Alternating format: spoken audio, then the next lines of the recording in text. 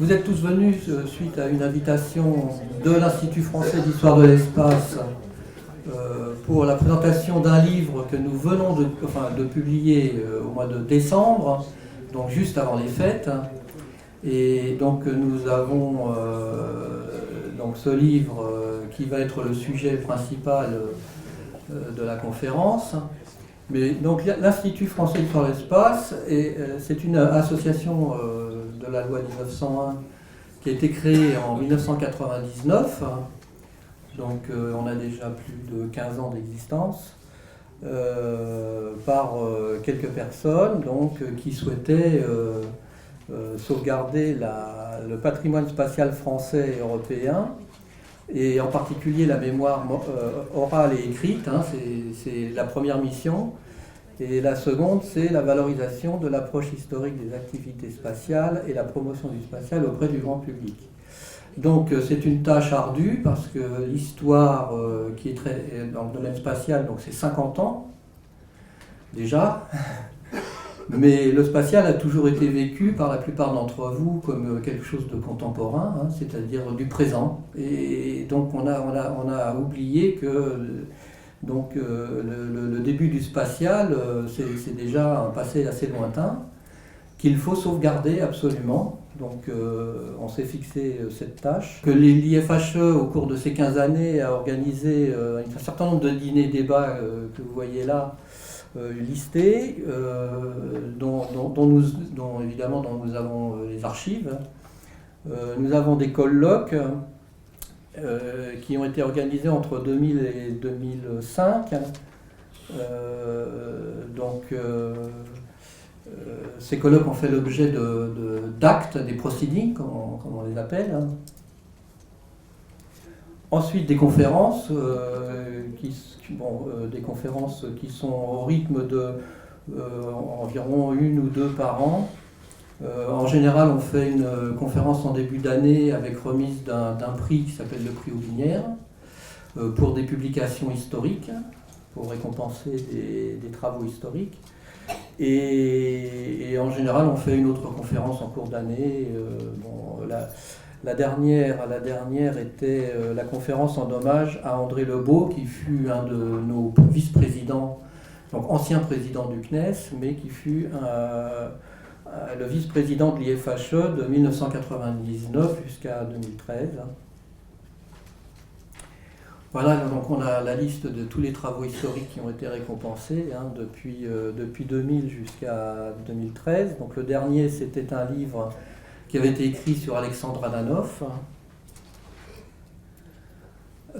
Les ateliers qui ont une moyenne de durée de 2 à 4 ans avec publication d'un ouvrage. Donc c'est dans ce cadre-là que le livre d'aujourd'hui, celui qui consacre donc les 50 années de coopération spatiale franco-russe, dont vous avez donc l'exemplaire ici, voilà, qui fait 2 kilos, hein, c'est ce qu'on appelle du beau livre.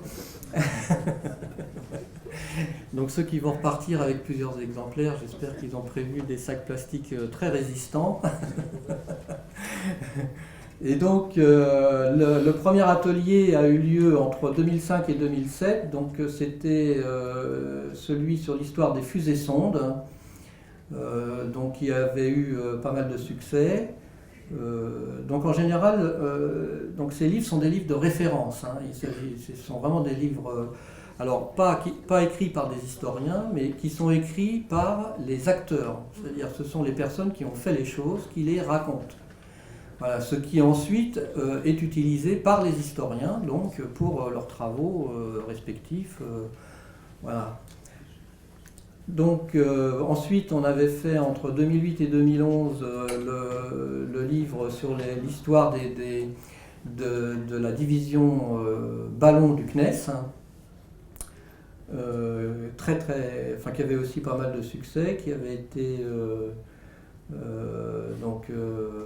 tiré à 1200 exemplaires, donc voilà.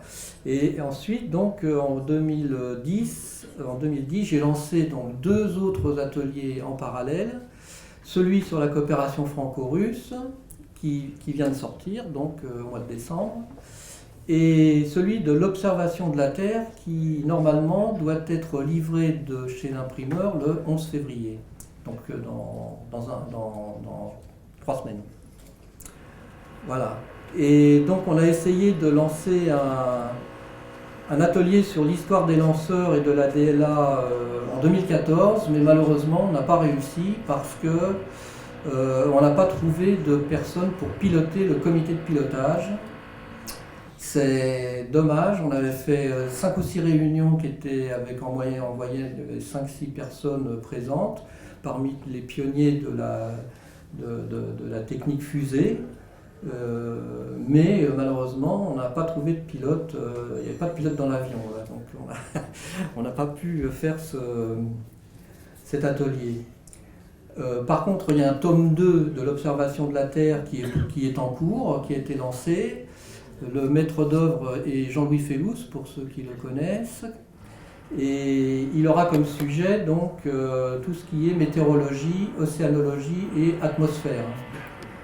Sachant que le tome 1 qui figure ici donc, ne s'occupe que du domaine de l'imagerie, optique, radar, civil et militaire. Voilà, c'est donc voilà, c'est le même genre de livre que celui-là. Donc dans les publications, il y a ce que je disais tout à l'heure, les actes des colloques qui ont été publiés, les livres sur les ateliers.